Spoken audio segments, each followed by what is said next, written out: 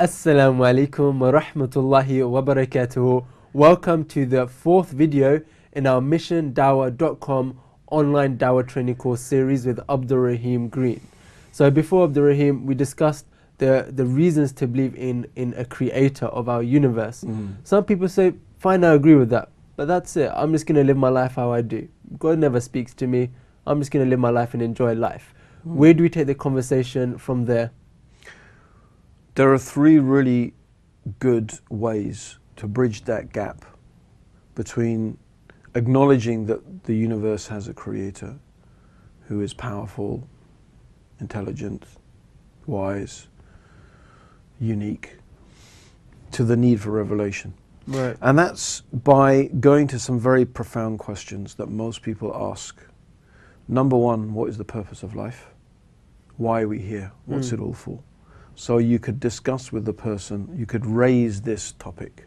What is the purpose of life? Why do we human beings exist? Not what do you want to do with your life, but why do we human beings exist? Everything has a purpose. Your eyes have a purpose. Your nose has a purpose. Your mouth, your shoes, your pen, the earthworm. Everything has a purpose. Yeah. Yet if we ask this question, what is the purpose of human beings? It's very difficult. You know, it's really hard to think or to actually answer clearly, where do we fit in this earth? It's almost as if we don't quite belong here.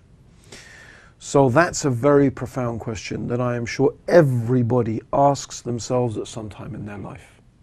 What is the purpose of life? So you could raise that question with them. The other question is the question of death. This is a very good time to introduce the concept of akhirah. Some du'at like to raise it at the end, which is fine. But this is the time that I like to, in the middle, I like to raise the question of death. Because that's a big question for most people.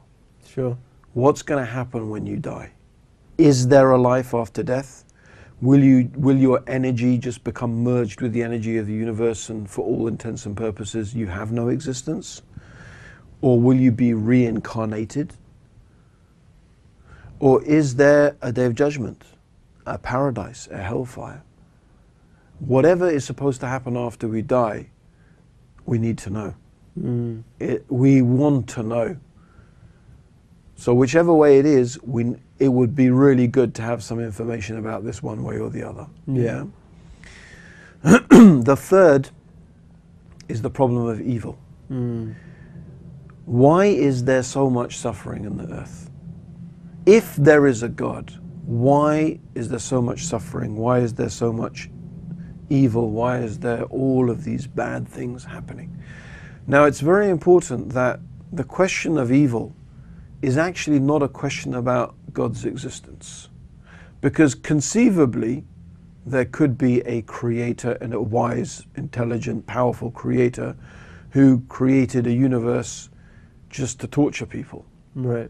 I mean, we don't believe that about God, but it's conceivable. For whatever reason God may have for doing that. It doesn't mean there's not a God. It doesn't mean because there's suffering on the earth that there's not a creator. We know there's a creator for the reasons that we've given previously. Sure. So the question here is, and of course there isn't just suffering on the earth. There's love, there's joy, there's happiness, there's so many positive things, and there's many negative things as well. So the real question is, it doesn't impinge at all upon the existence of a creator, but it begs the question, why? Yeah. Why does the Creator let these things happen? Why doesn't the Creator stop the evil? Why doesn't the Creator stop the good? I mean, it depends perhaps on your mentality, but you know, the question why is there. And the only way to come to any conclusive end to these questions is not through speculation. Philosophy can never answer these questions. Science can never answer these questions, simply because this is unseen. Sure. So I'll give you an example. Imagine that I said to you, imagine we're in, I was pointing to a building and I said, what is on the third floor of that building? In that window on the third floor, what's in that room? You have no way. It's far away. You can't see it. The curtains are closed. You have no way of knowing. You can guess. Maybe there's a chair and tables, but maybe there isn't. Maybe there's nothing. But what if I now said to you that your survival, your existence depends upon you knowing what's in that room? And you have to make a decision in the next 20 minutes. But what I have to offer you is various people. Each one of those various people is going to offer you an explanation of what's in that room. They're all going to make claims. These people are all going to make claims. One is going to claim this, one is going to claim that, one is going to claim this. And one of those people is going to be able to give you the right information. Again, it goes back to what we discussed. What process are you going to use to decide which guy is speaking the truth? Right? So, just to take a step backwards here, right? There's a need for revelation because we have some profound questions about our existence. And there's compelling reasons for us to understand that we need those answers to those questions. Sure. And it's not something, it's something we can expect, because we look at our life as human beings and we find that we have many needs. We have emotional needs, we have physical needs. And in this world we have all the means for those needs to be met. We're hungry, there's food. We're thirsty, there's drink. We're human beings, the naked ape, they call us, we have clothes, right?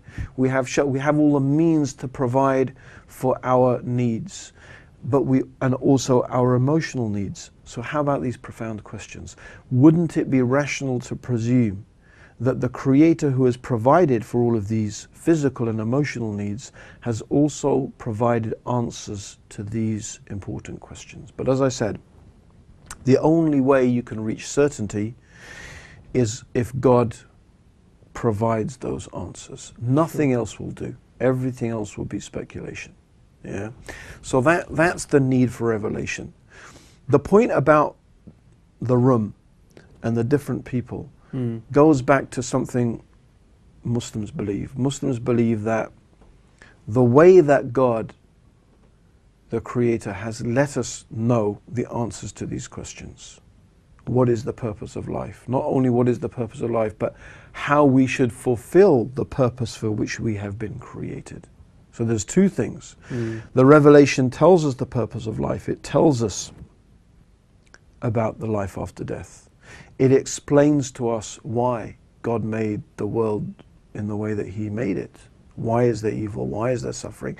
It provides all of the explanations. But it also tells us how to deal with that, how to live our life. So we believe that throughout human history, God has been sending messengers. They are human beings, as we are human beings, and they are a living example of how we should follow God's guidance. And these messengers have been given books.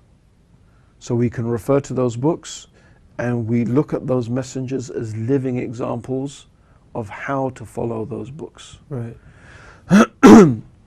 So the example I often give is, if you get a new piece of electronic hardware and you're unfamiliar with it, one of the things you'll be looking for straight away is the manual. Yeah. The instruction. How do I work this? How do I turn this on? Now these days some stuff has got so smart. Literally the manual is turn it on. Flip it over, turn it on, this and that, and the rest of it. But it depends on the piece of equipment. But whatever it is, usually you need the instruction manual. And it's no good to get an instruction manual from if you've got a Sony Ericsson phone and you've got an instruction manual from Nokia. It's no good. You need the one who made the phone to give you the instructions for that phone. Sure. It's the same for human beings, right? We need an instruction manual from the one who created us. Yeah. We don't need other human beings who themselves need guidance to give us guidance. Right? True. Now, unless that human being has got guidance from God. So, and often what I also say is, imagine that when a company sold you a product, they didn't just give you an instruction manual. They sent someone to actually teach you hands-on how to use it. Yeah. You say that's customer service, right? Okay. So this is what we believe. We believe that God has given us a book, in a sense, an instruction manual. He sent us human beings like us, to show us we can do it. If one human being can do it, you can do it, to show us practically how we can follow that guidance. Sure. Okay. So, but the question is there's issue is there's lots of people making that claim. Lots of people claiming that ground, right? It's not only just Islam. No, we know Christians are making a similar claim. Hindus are making a similar claim. Buddhists, Sikhs, many different people. Maybe they're not well-known religions, but there are many different people making that claim. And that's why I get back to the example of the room. You have all of these people in front of you. What process are you going to use? Let's go back to common sense. Yeah. Now, what if I said that one of these guys, he never told a lie. He's never ever lied. In fact, he's honest, truthful, trustworthy. This man has sacrificed everything for truth. I mean, I think straight away you're going to feel inclined to believe what that person is saying. But what if we add to that this guy actually is dressed in a uniform, and what do we find is the logo he's got is the same as the logo on the building? Yeah. And then what if on top of that he can show you a business card and it says 3rd floor? Remember the room was on the 3rd floor, right? And it says room such and whatever it is. And imagine there's some way you could actually now begin to figure out that actually that's the room. Now your likelihood of believing this individual is just escalating on every single level. And that's what we believe. We believe that God has given the messengers, someone like Muhammad, who was truthful, and he was honest, and he was sincere, and he was trustworthy. He was a person who even his enemies found it very hard to accuse him of lying and deception. When we look at the character of Prophet Muhammad, may God's peace and blessings be upon him, that's what we find. That alone inclines us to believe if a man never lied about others, is he going to come along and lie about such a big thing, about God and revelation?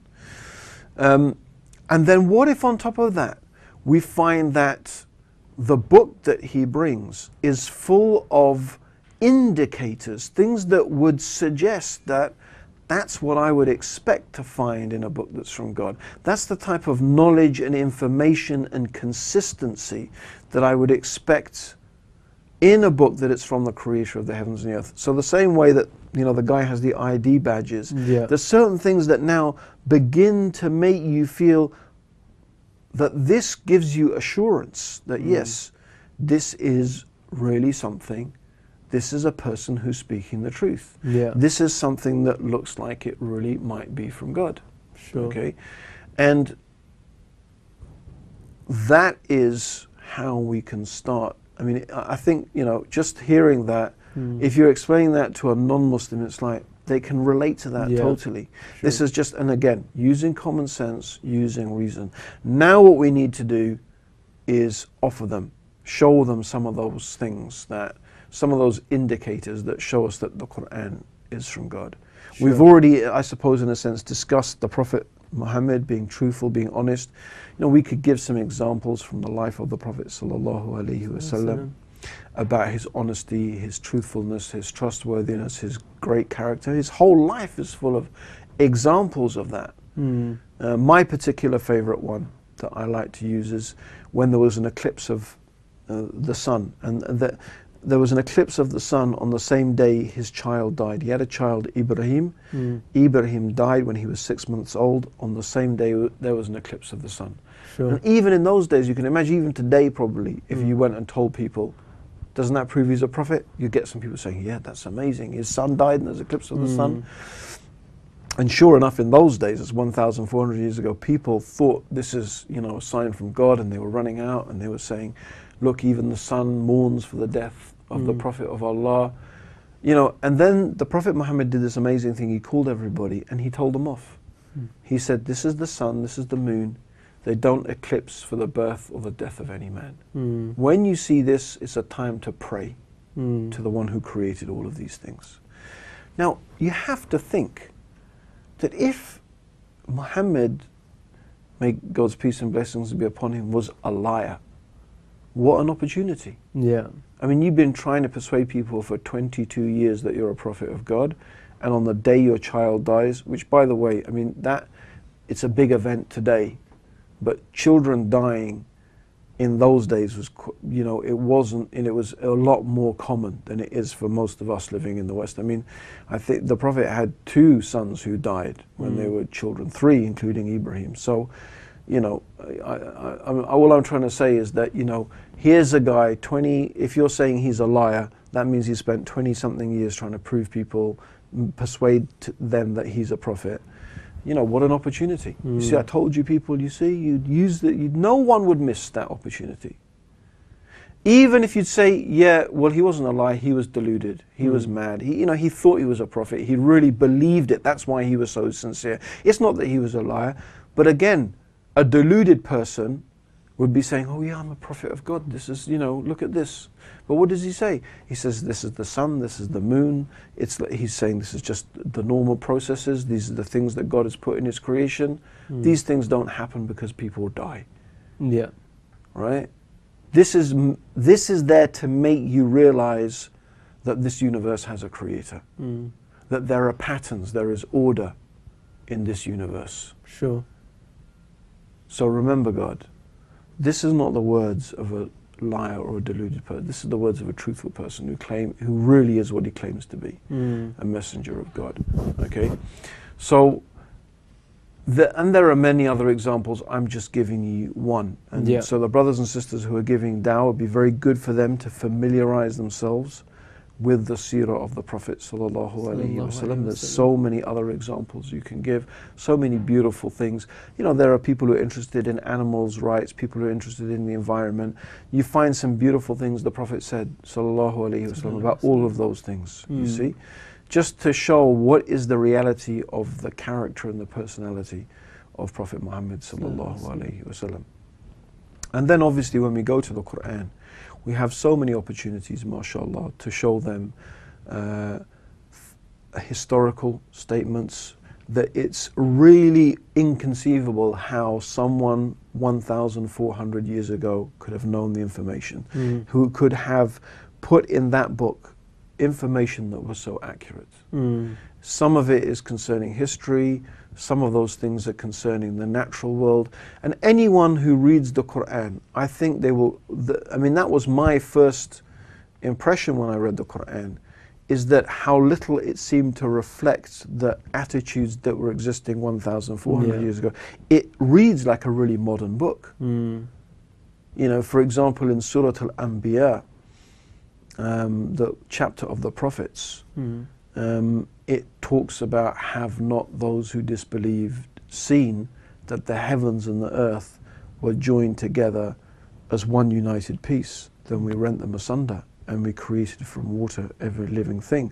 Will they not believe? Yeah? And the Quran describes how Allah created the mountains, and he placed them in the mountains' roots, lest the earth would shake with them. So, I mean, these are things that we've only really discovered very, very recently. I mean, I'm talking literally in the last 70, 80 years. Yet we find the Quran 1,400 years ago. There's no way that the Prophet Muhammad could have, where could he have got such accurate information from? Sure. These ideas did not even exist then. It's a challenge. Yeah. You know, we have details of human embryonic development mentioned in the Quran, information that simply did not exist. Although you do have people like Aristotle and Galen speculating on certain, they made a lot of mistakes. They said a lot of things that were not, and the Quran does not, despite what some people say, it is not reflecting their ideas. In fact, their ideas were inaccurate. They had some points right, but they were generally inaccurate. The Quran is really accurate, amazingly accurate, in a way that challenges an explanation. The most rational explanation is that this is knowledge from God. Yeah. And the only person who is going to deny it at the end of the day is a person who doesn't want to believe in God, or a person who has another belief system that they simply don't want to let go of. But for an open-minded, rational person, it's like we said in the beginning. If you use reason, you're ready to use reason, you come to the conclusion, this book, the Quran, must be, and this man, Muhammad, must be what it claims to be, a revelation from the Creator of the heavens and the earth. Okay. So basically what you're saying is that initially when you're in a discussion, you can bring in the conversation of the revelation from the need for revelation, saying that, look, we've got given oxygen, food, water, provided all our needs. Well, wouldn't our Creator also, fulfill our spiritual needs, answer some of the questions on why we're in existence in the first place, and why is there pain and suffering on this earth? And then taking it through there to show how the Quran itself is from the Creator, because it has some things within there that indicate that it couldn't have just been from a human being, but from the Creator. And then we look at going into prophethood, which is the P in GORAP, where you can introduce the whole concepts of prophethood, why we need them, and then talk about how Muhammad sallallahu alaihi wasallam, he wasn't a liar, he wasn't deluded, neither was he, so therefore he must have been telling the truth. So is that basically the structure there? That's basically it, exactly, that's the basic structure.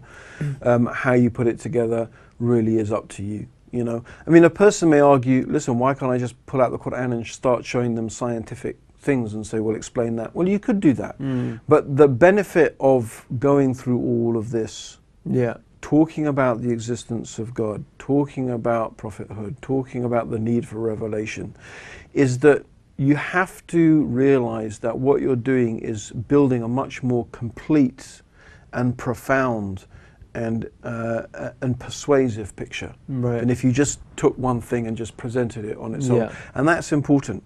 It's very important in the long term. It's important for giving that person certainty and conviction, and letting that person themselves understand really how deep is the reasonableness of what Islam is offering.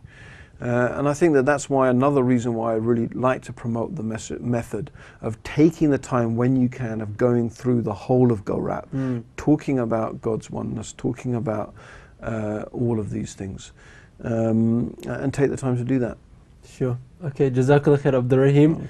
There you have it. Today we've discussed how we can take a non-Muslim and show them how the Quran is from God, and how the Prophet sallallahu alaihi wasallam was truthful and he was what he claimed to be, which is a prophet of Allah. And inshallah, the next video is all about going for gold, actually getting the Shahada. As always, Jazakallah khair for watching. Assalamu alaikum wa rahmatullahi wa barakatuhu.